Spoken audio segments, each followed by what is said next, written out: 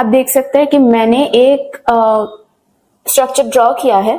सो आपको ये देखकर क्या समझ में आ रहा है कि ये बड़ा वाला circle, this is artificial intelligence, right. ये जो छोटा वाला एआई के अंदर मशीन लर्निंग है, मशीन लर्निंग, और मशीन लर्निंग के भी अंदर है डीप लर्निंग। एआई एक बहुत बड़ा सर्कल है, ये है आर्टिफिशियल इंटेलिजेंस। एआई के अंदर है machine learning. You can see AI के अंदर जो सर्कल है वो है मशीन लर्निंग। मशीन लर्निंग के अंदर एक और सर्कल है, मतलब मशीन लर्निंग का भी सबसेट है, वो है deep learning. Okay, now AI होता क्या है, artificial intelligence. See, we humans we possess some intelligence, हमारे अंदर इंटेलिजेंस है। हम एक प्रोसेस होता है जिसमें हम we think, right, there is a process through which we think. So machines, when they try to mimic the human intelligence, that is when they are called artificial intelligence. Okay, तो आपके exam में बहुत बार ये difference पूछा जाता है, तो मैं ये डिफरेंस लिख देती हूँ। ओके, एआई, एमएल और डीएल में लिख रही हूँ। ओके, इन तीनों का अक्सर बहुत डिफरेंस पूछा जाता है। तो AI, when machines mimic human intelligence, when machines mimic human intelligence, उसको हम एआई कहते हैं।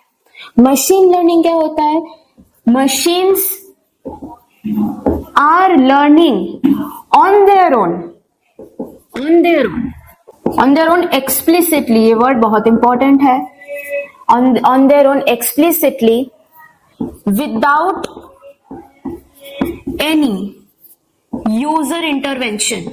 ये मैंने आपको डेफिनेशन बता दिया।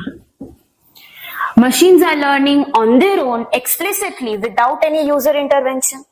और फिर हम आते हैं, ये लाइन 13 क्यों है, इसका मतलब क्या है, मशीन्स, मशीन लर्निंग का मतलब है, मशीन लर्निंग सुनते ही आपको याद आ जाएगा कि machines are learning but on their own without any user intervention. Means अगर मैं यूजर हूं, मैंने अपने मशीन को कुछ डेटा फीड किया, कुछ डेटा दिया, अब उस डेटा से मशीन लर्न कर रहा है। मैंने जो डेटा दिया एज अ यूजर, मैंने सिर्फ डेटा दिया, पर कैसे लर्न करना है, कैसे पैटर्न्स निकालना है, कैसे ट्रेंड्स निकालना है, कैसे पैटर्न्स को समझना है, ये सब मशीन लर्निंग ही करता है, ये यूजर नहीं करता। User, so it is written without any user intervention, machine is learning explicitly. समझ में आया? Now we come to deep learning. First is that humans have neurons. Humans के दिमाग में अगर ये ब्रेन है तो ब्रेन में बहुत सारे न्यूरॉन्स होंगे जो एक दूसरे से कनेक्टेड है। This looking like chemical bonding. Anyways, humans have a brain where there are numerous neurons. Similarly, AI में क्या होता है? Machines mimic human intelligence. Machines mimic human intelligence. Deep learning is a subset of AI.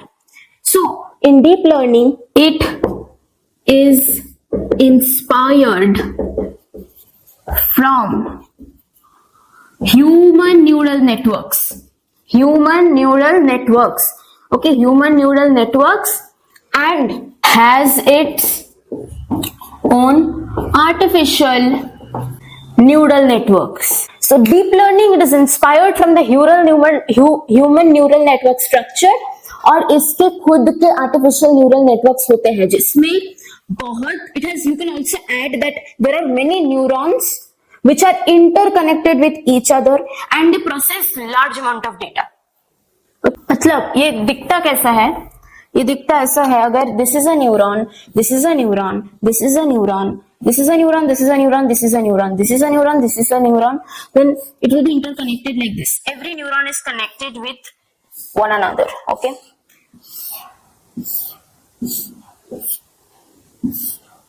so ये कुछ इस तरह का होता है। हमारे दिमाग में जो न्यूरल नेटवर्क्स है उसमें स्मॉलेस्ट यूनिट क्या है, न्यूरॉन, बट कंप्यूटर में, इस मशीन्स में इस न्यूरॉन को हम क्या कहते हैं, इस न्यूरॉन को हम कहते हैं perceptron. So the smallest unit of a ANN means artificial neural networks is a perceptron. Perceptron, okay. You can write एक और difference which is AI is a subset of data science. AI is a subset of data science. Okay, you can write this that AI is a subset of data science. In machine learning में क्या देख रहे हैं? ML किसका subset है? AI का subset है. Subset of AI. Better to write artificial intelligence, space नहीं है तो DL मतलब डीप लर्निंग किसका सबसेट है? मशीन लर्निंग का. So subset is subset of machine learning. Okay, हो गया. एक तक डेफिनेशन लिखेंगे सबका, एक आप ये सबसेट वाला पॉइंट ऐड कर सकते हैं. एक और पॉइंट जो है मशीन लर्निंग और डीप लर्निंग में, works with smaller data set, works with comparatively word important है, लार्जर डेटा सेट. मतलब क्या है? मतलब ये है कि मशीन लर्निंग में एक स्मॉलर डेटा सेट के साथ वर्क करने के लिए आप मशीन लर्निंग से जा सकते हैं, बट एज सुन एज आपका डेटा सेट मतलब जो आपका डेटा है वो थोड़ा बड़ा हो जाता है. अब आपकी कंपनी में आप AI यूज कर रहे हो, जब छोटा डेटा होता मतलब जो स्मॉलर डेटा सेट होगा तो आप मशीन लर्निंग का इस्तेमाल कर सकते हैं. पर जब आपका कंपनी ग्रो करेगा बहुत, तो डेटा सेट भी लार्ज होता रहेगा ना, तो तब आपको डीप लर्निंग का यूज करना पड़ेगा. जहां इतनी if you seen our brain, then हमारे ब्रेन में बहुत सारे न्यूरॉन्स हैं, millions of neurons are there, and deep learning भी उसी से इंस्पायर्ड है. तो डीप लर्निंग में भी बहुत सारे न्यूरॉन्स अकोमोडेट कर सकते हैं, बहुत सारे न्यूरल लेयर्स आप अकोमोडेट कर सकते हैं. तो जब भी लार्जर डेटा सेट लगेगा तो डीप लर्निंग यूज करना होगा. ओके, अब हमारे टाइप्स ऑफ AI पढ़ेंगे.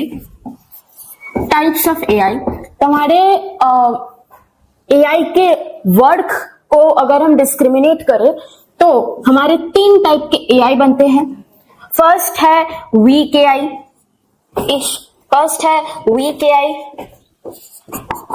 सेकेंड है स्ट्रॉन्ग AI और थर्ड है सुपर AI. वीक AI को हम नैरो AI भी कहते हैं. Narrow AI,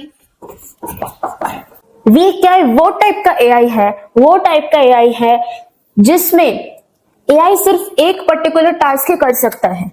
can perform a specific and particular task. तो नैरो AI में AI सिर्फ एक स्पेसिफिक एंड पर्टिकुलर टास्क ही कर सकता है, उसके अलावा वो कुछ नहीं कर सकता. जैसे आप एग्जांपल ले गया अगर, तो जो सेल्फ ड्राइविंग कार्स होता है,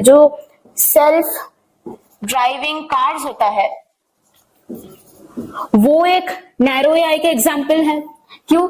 सेल्फ ड्राइविंग कार सिर्फ ड्राइव कर सकता है, उसके लिए वो ट्रेन्ड है, वो ही पर्टिकुलर टास्क कर सकता है, driving. If you tell it to go and wash your dishes, वो नहीं कर सकता, राइट? तो वॉइस असिस्टेंट, जब गूगल असिस्टेंट या सिरी से बात करते हो तो वो भी वीक AI का ही एग्जांपल है. मैंने उसके साथ बहुत सारे डिफरेंट टॉपिक्स के बारे में बात करते हो, बट अगर आप गूगल असिस्टेंट को कहो drive a car for me, it can not do, because वो सिर्फ आपके कुछ सवालों के जवाब ही दे सकता है. That is the job of voice assistants. So आप एग्जाम्पल में ये भी लिख सकते हो, वॉइस असिस्टेंट्स इज ग्रामरली तो नाम सुना ही होगा. ग्रामरली अ वीक AI, तो आप एग्जाम में क्या लिखेंगे? Yes, Grammarly is a weak AI because it can perform only one particular and specific task, that is finding errors in grammar. और आज के जमाने में जो सारे टाइप ऑफ AI है वो सारे वीक AI है. All AI now are weak AI. ठीक है, all AI now are weak AI. अभी आप कोई स्ट्रॉन्ग AI या super AI, strong AI is under development. Okay, super AI तो आप देख ही नहीं सकते. So all type of AI now are weak AI. Is this can come in MCQ. Strong AI क्या कहता है? स्ट्रॉन्ग AI बिहेव्स लाइक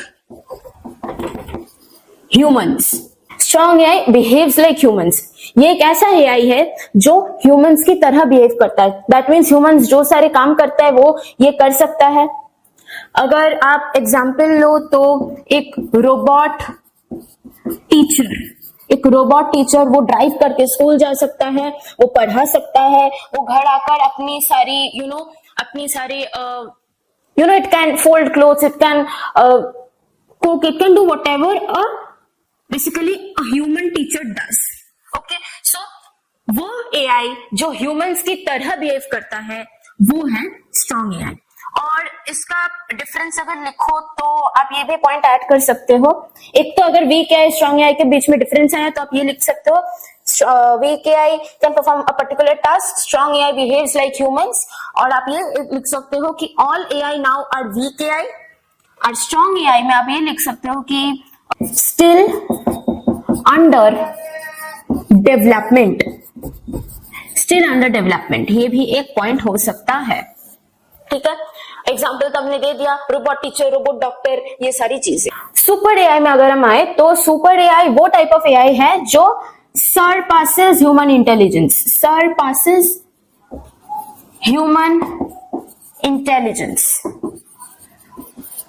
समझ में ना? Surpasses human intelligence means human का जो इंटेलिजेंस है, अगर ह्यूमन का इंटेलिजेंस किसी ने कॉपी किया तो वो है स्ट्रॉन्ग एआई.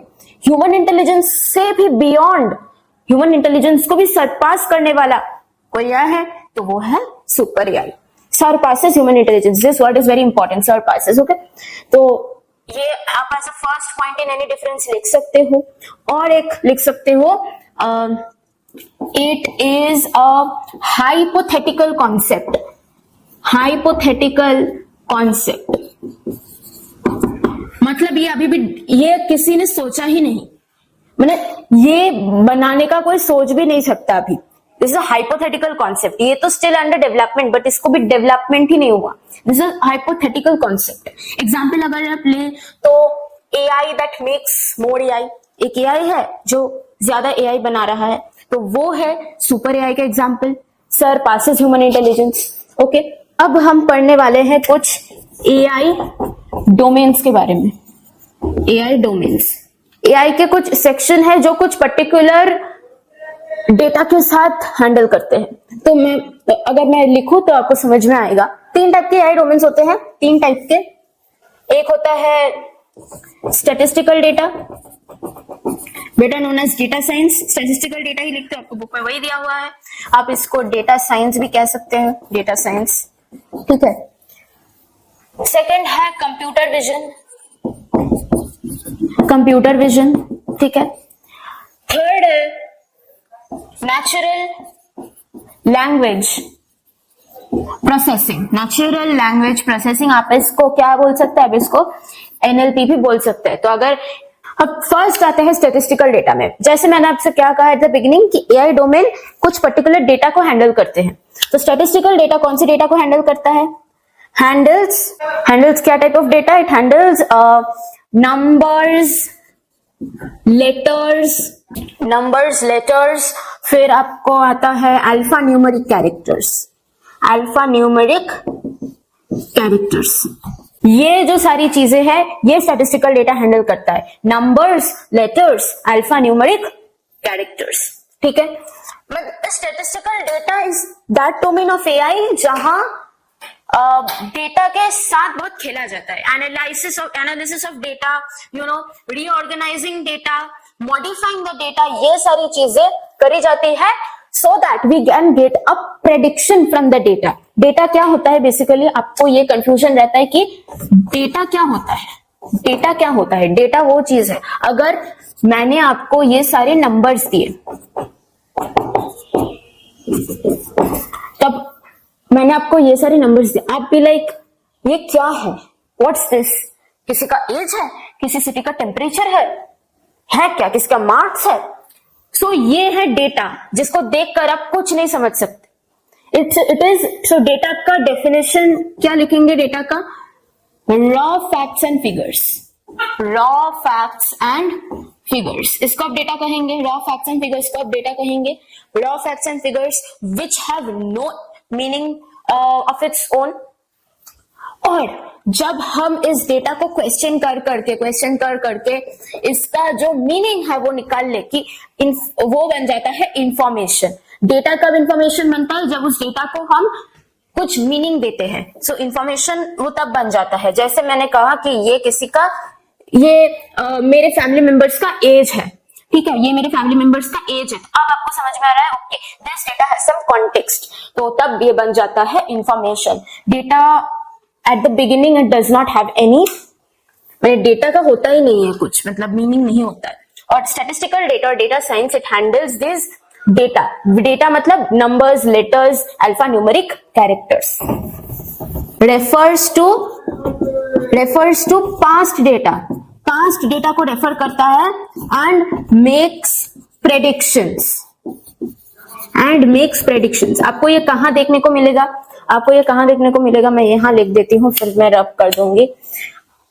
स्टैटिस्टिकल डेटा का एप्लीकेशन आपको वेदर फोरकास्टिंग में बहुत अच्छे से मिलेगा। वेदर फोरकास्टिंग में क्या होता है, सपोज टुमारोज वेदर आपको प्रेडिक्ट करना है, so weather forecasting does that, no, किसी और दिन का या नेक्स्ट वीक का, नेक्स्ट डे का, नेक्स्ट मंथ का वेदर फोरकास्ट या प्रेडिक्ट किया जाता है। वो कैसे किया जाता है, using AI only and using this domain of AI, statistical data. Question पूछा जा सकता है वेदर फोरकास्टिंग में कौन सा डोमेन प्राइमरीली यूज होता है, तो आप लिखेंगे स्टैटिस्टिकल डेटा। आप लिखेंगे स्टैटिस्टिकल डेटा, क्यों, क्योंकि ये पास्ट डेटा को रेफर करता है और प्रेडिक्शन बनाता है। जैसे कल का वेदर अगर मुझे प्रेडिक्ट करना है तो मुझे कुछ इंसाइट चाहिए, मुझे कुछ डेटा तो चाहिए। मैं ऐसे ही थोड़ी बोल सकता हूँ कल बारिश होने वाली है, on what basis am I telling, मुझे डेटा चाहिए उसके लिए। सो डेटा मुझे कहां से मिलेगा, मैं अगर कल का वेदर प्रेडिक्ट करूं तो मैं आज का वेदर देख सकती हूँ। आज अगर सूरज बहुत खिला खिला है तो मैं ये प्रेडिक्ट कर सकती हूँ tomorrow will be Sunny.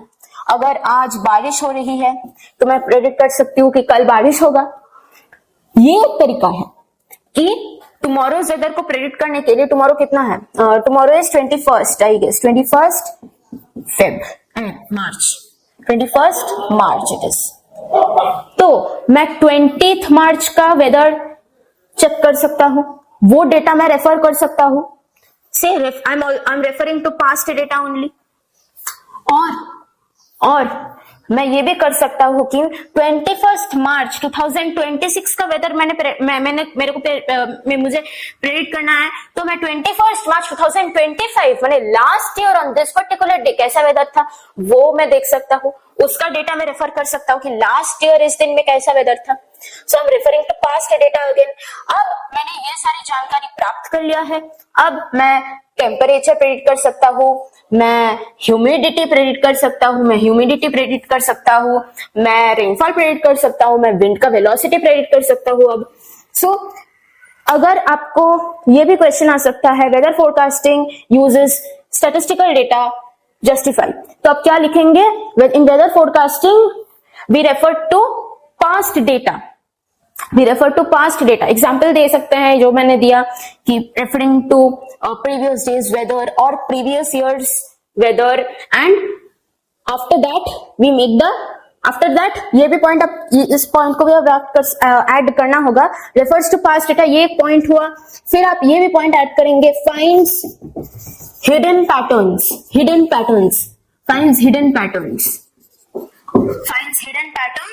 And makes predictions. So refers to past data example दे देंगे, फिर फाइंड्स हिडन पैटर्न्स और फिर मेक्स प्रेडिक्शंस। ठीक है, ये आप एग्जांपल दे सकते हो।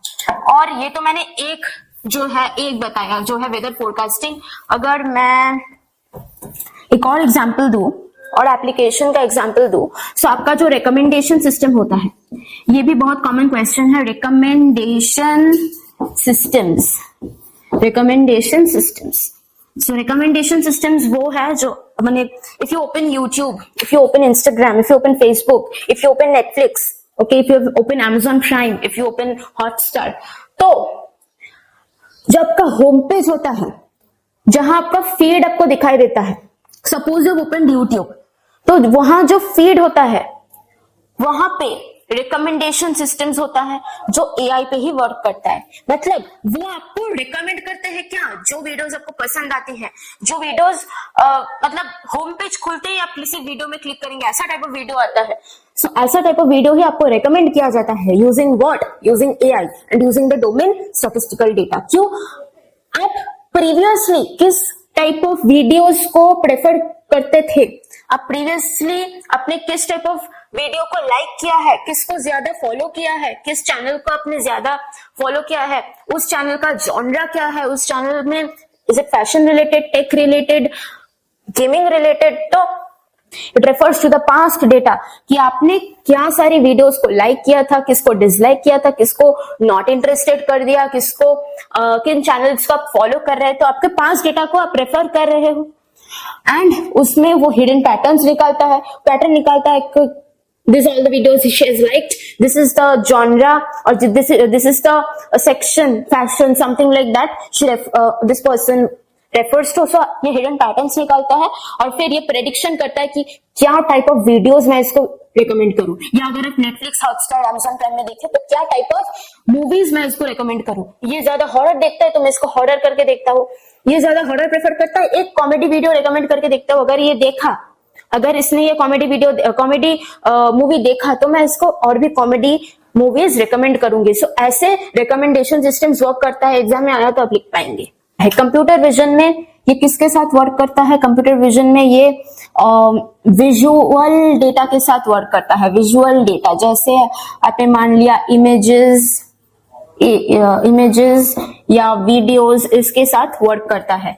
मतलब जिस फील्ड में भी आपको इमेज, वीडियो, ठीक है, एनी रिकॉर्डिंग टाइप स्टफ ये मिल जाता है, वो कंप्यूटर विजन में आ जाता है। ओके, सो ये जो सारे जो एप्लीकेशन वाले क्वेश्चंस मैंने आपको बताया स्टैटिस्टिकल डेटा में, उसमें आप ये लिखेंगे, और सारे जो कंप्यूटर विजन में एप्लीकेशन टाइप का क्वेश्चन आएगा उसमें आप ये लिखेंगे। ठीक है, क्या क्या है इसमें?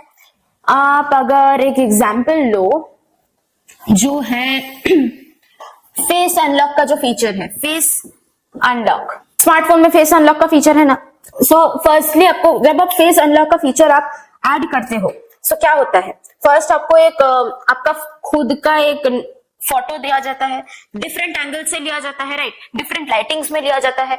जब आप सेट करते हो फेस अनलॉक का फीचर, आपको ये सारी चीजें करना पड़ता है, आपको डिफरेंट एंगल से, आपको डिफरेंट लाइटिंग से फोटो खींचना पड़ता है, मतलब फोटो आपको देना पड़ता है अपने सिस्टम को। सिस्टम में वो फोटो फीड हो गया, सो वो एज ओरिजिनल फोटो रेफर करेंगे। आपने जो ओरिजिनल पिक्चर्स दिए हैं उसको using computer vision, because they're visual data, because they are image, because they're visual data, computer vision activate हो जाता है एआई के अंदर, और ये आपके जो फेस है, आपका जो फेस है उसमें से सारे पिक्सल्स को एनालाइज करता है। पिक्सल क्या होता है? पिक्सल वो चीज होता है, मतलब अगर ये एक इमेज है तो इसमें छोटे छोटे बॉक्सेस होंगे, boxes, these boxes, these are called the pixel. They are small boxes in box-like structure in a image, and that is the smallest unit of an image. इस पिक्सल्स को बहुत सारे, एक इमेज से बहुत सारे पिक्सल से बना होता है, जितना ज्यादा पिक्सल जितना उतना अच्छा क्वालिटी ऑफ द इमेज।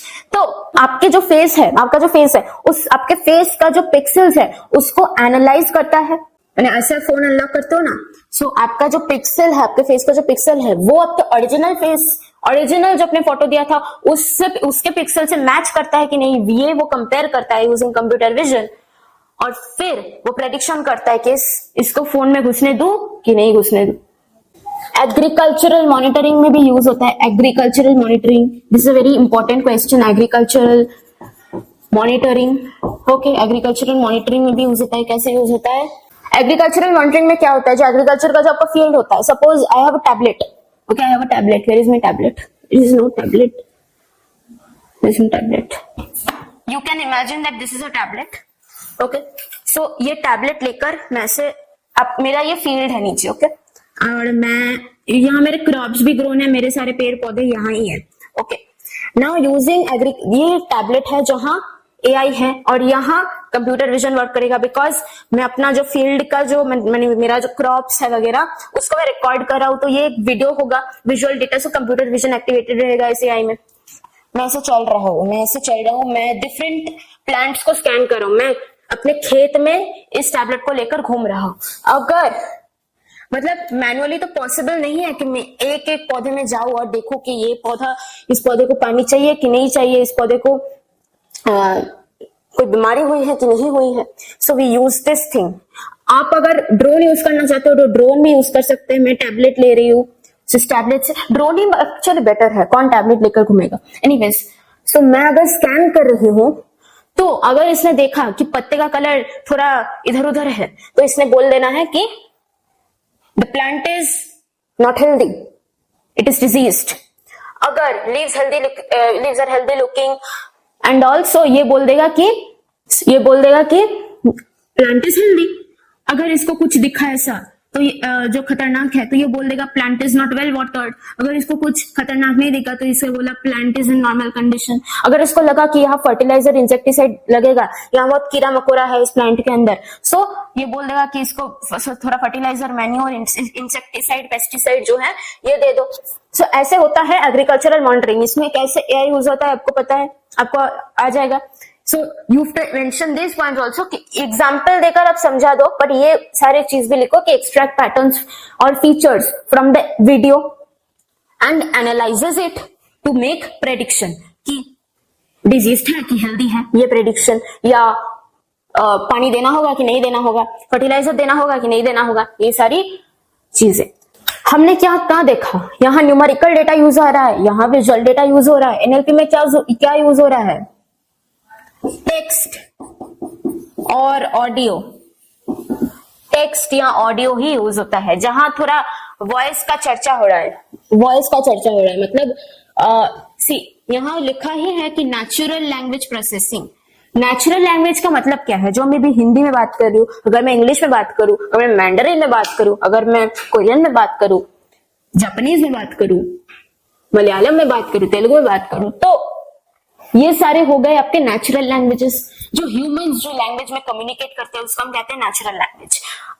अब जब यूजिंग एनएलपी ये हमारे नेचुरल लैंग्वेज को प्रोसेस करता है, ये आपके स्पीच या टेक्स्ट को एनालाइज करता है, आपके नेचुरल लैंग्वेज को एनालाइज करता है। अगर मैं एग्जांपल लूं, एग्जांपल से समझते हैं। अगर मैंने एग्जांपल लिया वॉइस असिस्टेंस की अगर मैं एग्जांपल लूं तो यहाँ अगर जब मैं इसके वॉइस असिस्टेंट के साथ हम बहुत सारी बातचीत करते हैं, अभी तो हम उसको अपना होमवर्क भी सॉल्व करने को बोलते हैं, तो ये हमारे जो कमांड्स है, हमारे जो स्पीच है, इसको एनालाइज करता है, इसके साथ पैटर्न्स निकालता है और फिर ये प्रेडिक्शन करता है। ये आपको देता है कुछ तो देता है। अगर मैंने इसको बोला सिंग अ सॉन्ग फॉर मी, ये कुछ उल्टा सीधा लिरिक्स का सॉन्ग हमारे लिए सिंग करता है, कोशिश तो करता है। सो ये हमारे नेचुरल लैंग्वेज को एनालाइज करता है। हमने जो बोला सिंग अ सॉन्ग फॉर मी, ये उसके साथ पैटर्न्स निकालता है और फिर ये एक ह्यूमन लाइक रिप्लाई जनरेट करता है, जनरेट्स ह्यूमन लाइक रिप्लाई ये जनरेट करता है। ये आपको एक रिप्लाई तो देता है, वो भी नेचुरल लैंग्वेज में। So generates a human like reply. Human like reply कैसे लग रहा है, generates a reply in natural language you generate. Okay, so ये वॉइस असिस्टेंस में यूज हो रहा है। और कहाँ यूज हो रहा है ये आपके वो ग्रामर चेकर वाले जो प्लेटफॉर्म्स होते हैं वहां यूज होता है। फिर ये चैटबॉट्स में यूज होता है। चैटबॉट्स ये प्लेगियरिज्म चेकर में यूज होता है। प्लेगियरिज्म चेकर क्या होता है, प्लेगियरिज्म मतलब कोई आपका कंटेंट कॉपी कर ले तो उसको प्लेगियराइज्ड कहते हैं। मैं अगर किसी का कंटेंट उठाकर चिपका दूं अपने प्रोजेक्ट में तो उसको प्लेगियराइज्ड कंटेंट कहा जाएगा। तो ये डिफरेंट वेबसाइट्स में चेक करता है कि आपका कंटेंट किसी के साथ मैच कर रहा है। अगर मैच कर रहा है तो ये बोल देगा कि ये प्लेगियरिज्म है। तो आपके जो टेक्स्ट है, अपने जो टेक्स्ट है और जो बाहर का जो वेबसाइट में टेक्स्ट है उसको एनालाइज करता है। एनालाइज करके ये प्लेगियरिज्म चेकर कर सकता है। आप कह सकते हो कि ये एआई के बिना नहीं हो सकता प्लेगियरिज्म चेकर। बिल्कुल हो सकता है, बिल्कुल हो सकता है। एआई के बिना भी हो सकता है। कैसे एआई के बिना हो सकता है, अगर मैंने कुछ वर्ड बाय वर्ड किसी चीज से कॉपी किया, मैंने विकिपीडिया से पूरा छाप कर कॉपी किया, कुछ प्लेगियरिज्म चेकर अगर एआई नहीं होंगे तो वो बोल सकता है कि आपने ये word to word exactly copy किया है। अगर मैंने विकिपीडिया का ही चीज कॉपी किया है पर वर्ड टू वर्ड नहीं आइडिया को कॉपी किया है तो वो आपका नॉन एआई प्लेगियरिज्म चेकर बता नहीं सकता। वो सिर्फ वर्ड टू वर्ड कॉपी किया वो ही बता सकता है। पर एआई वाला प्लेगियरिज्म चेकर बता सकता है कि आपने आइडिया कॉपी किया है विकिपीडिया से। ठीक है, एआई वाला प्लेगियरिज्म वो बता सकता है। कैसे, वो तो पूरे स्पीच को आपका एनालाइज करता है, वो उसका मेन आइडिया को एक्सट्रैक्ट कर लेता है। सो वो विकिपीडिया के जो कंटेंट है उसके साथ मेज हो जाता है तो वो बोलेगा प्लेगराइज्ड कंटेंट है। पर नॉन एआई वो नहीं कर सकता, जो एआई नहीं है। ठीक है, समझ में आया? कंप्यूटर विजन में आप सोशल मीडिया फिल्टर देख सकते हो। सोशल मीडिया फिल्टर में आप अगर मेरा फेस है, मैं इसको I am applying in social media Snapchat का फिल्टर। सो अगर मैं इधर मूव करूं तो the bunny ears will stay here, no it will move along with me. मेरा सनग्लास यहीं रहेगा, नहीं, मेरा सनग्लास वाला फिल्टर मेरे आंखों के सामने ही आ जाएगा। So it analyses my face pixels, the pixels of my face and extracts patterns accordingly. वो इन चीजों को मूव करता है अकॉर्डिंगली मैं कहाँ मूव कर रही हूँ। ठीक है, अगर मैं बात करूं हमारे आसपास जो एआई है उसकी बात करूं तो वहां हमको क्या देखने को मिलता है। फर्स्टली हमारे स्मार्टफोन में एआई देखने को मिलता है। कैसे? वॉइस असिस्टेंट्स, मैंने आपको बताया वॉइस असिस्टेंट्स में एनएलपी यूज होता है, तो आप एक्सप्लेन कर देंगे। ठीक है, मैं इसको रिपीट नहीं कर रही हूँ। वॉइस असिस्टेंट्स, फिर आता है फेस अनलॉक फीचर, यहाँ आपको स्मार्टफोन में देखने को मिलता है। स्पैम फिल्टर में क्या होता है, एक फिल्टर होता है, इससे मतलब मैं ड्रॉ कर रही हूँ सिर्फ, इसमें बहुत सारे ईमेल्स जाते हैं, इसमें बहुत सारे ईमेल्स जाते हैं और यहाँ दो डब्बा होता है, एक डब्बा फॉर स्पैम और एक फॉर नॉट स्पैम। तो जो email using NLP this is done, okay, because email में टेक्स्ट होता है तो using NLP this is done. अगर ईमेल में फॉर्मल लैंग्वेज यूज हो रहा है तो ये जाएगा नॉट स्पैम में, अगर ईमेल में इनफॉर्मल लैंग्वेज यूज हो रहा है तो ये जाएगा नॉट स्पैम में। बट इट आप अभी वो 1 crore या 1 crore open your give me your OTP, this kind of language it understands, NLP understands that it is not spam, okay? So this is how it is used in spam filter. NLP आप explain करते ना। फिर आपका आता है social media filter, social media filters explain कर देना using computer vision, it is done. फिर आता है हमारा रिकमेंडेशन सिस्टम्स एक्सप्लेन कर देना। ठीक है, using statistical data, it is done, recommendation systems. फिर आपका आता है सोशल मीडिया में कैसा यूज होता है, रिकमेंडेशन सिस्टम लगता है ना सोशल मीडिया में, इंस्टाग्राम में होता है ना रिकमेंडेशन सिस्टम, एक्सप्लेन कर देना। फिर एग्रीकल्चर में मैंने आपको एग्रीकल्चर का मॉनिटरिंग होता है, कंप्यूटर विजन के एग्जांपल देकर वो एग्जांपल मैंने जो दिया उससे आप एक्सप्लेन कर सकते हो। ये जो आपका बुक में टॉपिक आता है ना एआई अराउंड अस, वहां से ये उठाया है। फर्स्ट मैंने आपको एआई डोमेन इसलिए पढ़ाया ताकि आप ये सारी चीजें आंसर कर सको, वरना रिपीटेड हो जाता। अब हम देखेंगे व्हाट इज नॉट एआई। हम 3-4 एग्जांपल देखेंगे और बाकी आप समझ जाओगे। What is not AI? First आता है फुल्ली ऑटोमेटिक डिश वॉशर जो होता है, डिश वॉशर, वो कैसे नॉन एआई है?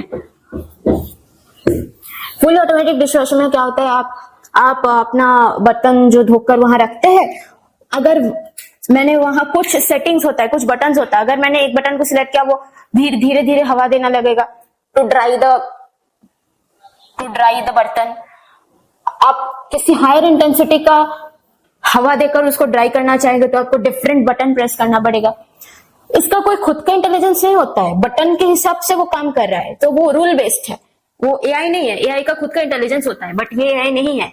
एआई कब होगा? जब वो खुद समझ बर्तन कितना नहला हुआ है, बर्तन कितना वेट है, उसके हिसाब से अगर वो खुद एनालाइज कर सके किस इंटेंसिटी से मुझे हवा देना होगा ताकि ये सूख जाए, तब इसको हम कह सकते हैं इसका खुद का इंटेलिजेंस है, तो ये एक एआई है। बट फुल ऑटोमेटिक डिशवॉशर जो हम नॉर्मली यूज करते हैं जिसमें बटन होता है, तो वो नहीं होता है, नहीं होता है।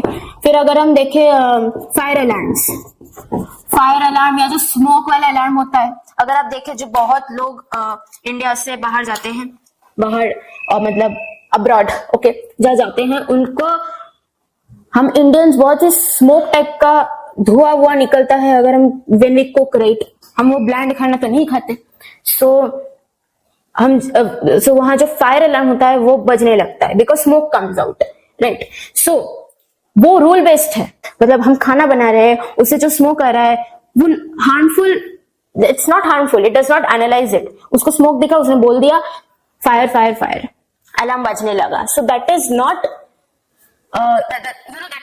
AI, it is rule based. उसका खुद का इंटेलिजेंस नहीं होता। कब हम कह सकते हैं कि फायर अलार्म एआई है? जब वो स्मोक की इंटेंसिटी, स्मोक की हार्मफुलनेस, इस सब को एनालाइज करके अकॉर्डिंगली बजने लगे, तब हम इसको फायर अलार्म को एआई कह सकते हैं। ओके, फिर आता है कुछ टाइप ऑफ सीसीटीवी कैमराज। कुछ type of CCTV cameras, traditional CCTV camera जो सिर्फ रिकॉर्ड करता है। अगर कोई कैमरा सिर्फ रिकॉर्ड करता है, so what is intelligence in there? I am also recording, does my phone have any intelligence in its camera? No. So CCTV camera जो ट्रेडिशनल वाले होता है वो नॉट एआई होते हैं, नॉट एआई। कब वो एआई हो सकता है? जब मॉल्स में, अगर किसी मॉल में सीसीटीवी कैमरा हो, यहाँ एक नो एंट्री जोन हो, उसने एनालाइज किया this is a no entry zone using computer vision. Okay, अगर वो कोई व्यक्ति वहां अंदर जा रहा है नो एंट्री जोन में, सो वो एक अलर्ट सेंड करेगा। अगर बहुत बड़ा एक झुंड गैदर हो गया है किसी एरिया में, उसको लगेगा कि यहाँ कोई बहुत बड़ा कुछ हुआ है, तो वो अलर्ट सेंड करेगा। सो ऐसे टाइप ऑफ कैमरा जहां इंटेलिजेंस होता है, जहां कंप्यूटर विजन का यूज होता है, उसको हम एआई कर सकते हैं। बट ट्रेडिशनल सीसीटीवी कैमरा जो सिर्फ रिकॉर्ड करता है, मोशन को ट्रैक करता है, उसको हम एआई नहीं कर सकते। Okay, so these are some examples of what is not AI. आपको एग्जाम में आ सकता है कि ये सारी चीजें, why they are not AI, why they are not AI? Because they don't have any intelligence of its own. अगर आपको पूछे कि कब ये AI हो सकते हैं, तो आप अकॉर्डिंगली आप लिख देना। हम थोड़ा वर्ल्ड फेमस AI मशीन्स देख लेते हैं। World famous AI machines, AI machines, एक होता है IBM वाटसन। IBM वाटसन ये एक वर्ल्ड फेमस AI मशीन है जिसको IBM ने बनाया है, और ये सारे उसको जो बिजनेस रिलेटेड जो टॉपिक्स के डिस्कशन होते हैं उसमें ये हेल्प करता है, IBM वाटसन। फिर आता है आपका Sophia. Sophia the humanoid robot, the humanoid robot, ये ह्यूमन की तरह दिखने वाला एक रोबोट है। Okay, Sophia. फिर आता है आपका होंडा एसिमो। होंडा एसिमो ये एक रोबोट है जो होंडा को अपनी जो फैक्ट्री रिलेटेड टास्क है उसमें हेल्प करता है। ओके, इसका अपना इंटेलिजेंस होता है। कुछ ऐसे क्या कहते हैं, कुछ ऐसे रोबोट्स होता है जो सिर्फ फैक्ट्री में ये काम करता है, किसी चीज को उठाया फेंक दिया, उठाया फेंक दिया, उठाया फेंक दिया, तो उसका कोई इंटेलिजेंस नहीं होता। होंडा एसिमो का इंटेलिजेंस है। फिर आता है आपका बॉस्टन डायनामिक्स का यही robot, Boston dynamics AI robot. ये भी वो फैक्ट्री का काम करने वाला AI रोबोट है। इसको ये कुत्ते की जैसा दिखता है, इसका 4 पैर होता है, सो ये ऐसा दिखता है। Okay, and fifth one is Google's driverless car. Google's driverless car मतलब सेल्फ ड्राइविंग कार, मैं भूल गया ये बोलने को। सेल्फ ड्राइविंग कार एक प्रोमिनेंट एग्जांपल है और कंप्यूटर विजन इज यूज्ड। सामने क्या है, see this cars are driverless, इसका कोई ड्राइवर नहीं होता, क्योंकि ये अपना स्टीयरिंग व्हील अकॉर्डिंगली मूव करता है, अपना स्टीयरिंग व्हील अकॉर्डिंगली मूव करता है बेस्ड ऑन सामने क्या है। सामने एक बूढ़ी अम्मा रोड क्रॉस कर रही है, कंप्यूटर विजन से एनालाइज होता है, पिक्सल एनालाइज करते हैं और फिर कार को रोक दिया जाता है। अगर 2 गली है तो किस में जाना है, फर्स्ट डिसीजन दिया जाता है, फिर using maps and all this is done. तो ये कुछ सारे वर्ल्ड फेमस AI मशीन्स होता है। अब हम ये AI रिफ्लेक्शन वाला part will wrap this up. How advantages of AI, advantages of AI, और एक साइड हमारा रहेगा डिसएडवांटेजेस ऑफ AI। बड़े शॉर्ट में हम ये कवर अप करेंगे, आपको सब पता है। फर्स्ट जो हमारा आता है point, increased automation. Increased automation, automation का मतलब क्या है, मतलब कुछ चीज ऑटोमेट हो जाना, मतलब बहुत इजी हो जाना, ह्यूमंस को वो करने की जरूरत नहीं है, उसको हम ऑटोमेटेड टास्क कहते हैं, जो ह्यूमंस को करने की जरूरत नहीं है। जैसे ऑटोमेटिक डिशवॉशर हमने अभी पढ़ा, तो उसमें ह्यूमंस को कुछ सिर्फ बटन को प्रेस करना होता है और कुछ नहीं। सो इंक्रीज्ड ऑटोमेशन में AI हमारे लिए टीडियस टास्क को इतने इजी कर देता है कि सब ऑटोमेट कर देता है कि फ्रैक्शन ऑफ सेकंड में कुछ काम हो सकता है। सो हमारा सेकंड पॉइंट यहां से आता है जो है सेव्स टाइम। सेव्स टाइम, कुछ बहुत बड़े बड़े ऐसे फ्रैक्शन ऑफ सेकंड्स में लिख देता है। इंक्रीज्ड प्रोडक्टिविटी, मतलब हम दिन में बहुत सारी चीजें कर सकते हैं यूजिंग AI, क्योंकि बहुत कम टाइम लगता है, एक चीज करने में बहुत कम टाइम लगता है, बहुत सारी चीजें कर सकते हैं, बट प्रोडक्टिविटी इंक्रीज हो जाता है, राइट।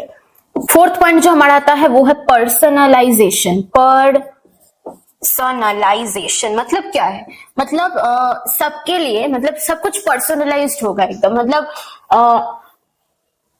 आपको जो चाहिए, मतलब वही एनालिसिस होता है ना, जो अगर आप अपना जो फेस का टोन है वो मतलब आप एक अच्छी लाइटिंग में अगर आपका फोटो आप खींचे और आप वो चैट जीपीटी को दे दे और वो आपका अंडरटोन बता देगा, वो आपका स्किन टोन बता देगा, वो आपका मतलब आपको क्या शेड ऑफ फाउंडेशन प्रेफर, सो ये सारी चीजें वो बता देगा। आपके लिए पर्सनलाइज्ड कंटेंट वो बना देगा। आपको क्या टाइप ऑफ ड्रेस सूट करता है based on your body type वो बता देगा। आपको क्या टाइप ऑफ कलर्स आपको पहनना चाहिए वो आपको बता देगा। सब पर्सनलाइज्ड होता है, मतलब हर एक पर्सन के लिए उसके लिए क्यूरेटेड चीजें एआई बना के देता है। ये बोलना चाह रहा है, आपको समझ में आया होगा, right. 5th point, smart decision making. Smart decision making, ठीक है, मतलब कुछ चीजें इमोशनली किए जाते हैं, कुछ डिसीजंस इमोशनली लिए जाते हैं, पर कुछ डिसीजन आपको फैक्ट बेस्ड के ऊपर भी लेना होता है। तब आपको एआई स्मार्ट डिसीजन मेकिंग में हेल्प कर सकता है, बिकॉज एआई डेटा यूज करता है और जो डिसीजन एआई बनाता है वो हमेशा क्या होता है, वो हमेशा डेटा ड्रिवन डिसीजन होता है। So data driven decisions are always backed up by facts, okay. और AI strengthens economy as well. How it strengthens economy, हमने आपसे कहा कि एआई से प्रोडक्टिविटी इंक्रीज होता है। कम टाइम में आप ज्यादा से ज्यादा चीजें कर सकते हो, तो आपका ज्यादा से ज्यादा काम बढ़ेगा। हेल्थ केयर में, रोबोटिक्स में आपको देखने को मिलेगा। सो यहाँ कम टाइम में बहुत सारी चीजें आप कर सकते हैं, तो आपका देश का जो इकोनॉमी है वो ऑब्वियसली बढ़ेगा। अब हम पढ़ेंगे about disadvantages of AI. Disadvantages में क्या आता है? फर्स्टली आता है एक्सपेंसिव टेक्नोलॉजी। एक्सपेंसिव टेक्नोलॉजी मतलब एआई का जो सेटअप है, बहुत पावर लगता है एआई को रन करने में। आपको थोड़ी वो ऐसे ही फ्रैक्शन ऑफ सेकंड में कोई इंफॉर्मेशन दे रहा है, उसके लिए बहुत एक्सपेंसिव कॉस्टली सेटअप लगता है, बहुत सारे हार्डवेयर लगते हैं। So that is expensive technology, okay. और एज बहुत सारे हार्डवेयर लगते हैं, a lot of e waste is generated. Lot of e waste is generated. E waste का मतलब है जो हार्डवेयर, जो आपका इलेक्ट्रॉनिक्स का जो वेस्ट होता है वो बहुत सारा जनरेट होता है, बहुत सारे हार्डवेयर जो लगते हैं। और इसका एक कार्बन फुटप्रिंट भी होता है। वो आप लिख सकते हैं कि ग्लोबल वार्मिंग। ग्लोबल वार्मिंग क्यों? बहुत सारा आपका ई वेस्ट जनरेट होता है, ये तो एक हुआ। बहुत सारा हार्डवेयर यूज होता है, ये तो एक हुआ। और बहुत सारा पावर भी लगता है और बहुत सारे हार्मफुल गैसेस रिलीज होते हैं जब ये पावर हो रहा है, और बहुत सारा हीट भी जनरेट होता है जो ग्लोबल वार्मिंग को कंट्रीब्यूट करता है। कार्बन डाइऑक्साइड भी रिलीज होता है, तो कार्बन फुटप्रिंट भी बढ़ता है। 4th पॉइंट आप देख सकते हैं, job displacement. Job displacement, job displacement क्या होता है? मतलब सबको पता है एआई सबका काम ले रहा है। जो चीज महीनों तक चलता है वो ये 2-4 दिन में कर देता है। कंपनी क्यों ना अपनाए एआई को? So it leads to job displacement. लोगों का जॉब खतरे में, specially in the IT sector, right. So that's it. And 5th point क्या लिखूं? 5th पॉइंट क्या लिखूं? ये आप लिख सकते हो कि लैक्स इमोशंस, और आप 6th पॉइंट लिख सकते हो लैक्स क्रिएटिविटी। लैक्स क्रिएटिविटी। मतलब क्या है? 5th पॉइंट लैक्स इमोशंस, मतलब इसका इमोशन लैक करता है। मतलब ये जो डेटा ड्रिवन डिसीजन लेता है पर आपको इमोशनल एंगल से डिसीजन नहीं लेने देता। पर अभी तो चैट जीपीटी का भी emotions, people talk with ChatGPT more than they share things with anyone else. फिर आता है लैक्स क्रिएटिविटी, मतलब क्रिएटिविटी लैक करता है। मतलब लैक्स क्रिएटिविटी का मतलब क्या है? मतलब not lakhs creativity but discourages human creativity. You can write discourages human creativity. Discourages human creativity. मतलब ह्यूमन का क्रिएटिविटी खतरे में है। सब लोग ऐसे चैट जीपीटी से छापते हैं, जमीन से छापते हैं, और जो इमेजेस जनरेट होता है वो भी यहाँ से हो रहा है। वो घिबली वाला ट्रेंड आया था, उसमें जो एक्चुअल जो घिबली का स्केच करता था उसको बहुत डिसहार्टनिंग लगा ये कि एआई उसका क्रिएटिविटी चुरा रहा है। सो दैट इज इट कि डिस्करेजेस ह्यूमन क्रिएटिविटी। तो आपको समझ में आ गया एडवांटेजेस। इंक्रीज ऑटोमेशन, उससे आता है सेव्स टाइम, उससे आता है इंक्रीजेस प्रोडक्टिविटी। पर्सनलाइजेशन सबके लिए, personalised content, smart decision making which is data driven and strengthens economy. Disadvantages: expensive technology, e-waste generated, global warming, job displacement, lacks emotions and discourages human creativity. ये हुआ आपका advantage disadvantage और ये हुआ आपका AI reflection वाला part complete. Next part जो next video में आएगा, ये वीडियो वैसे भी बहुत लंबा हो गया है, नेक्स्ट वीडियो आएगा on project cycle, so stay tuned. ये वाला देखकर पढ़ लो बुक से, प्रोजेक्ट साइकिल मैं समझाऊंगी. Bye bye.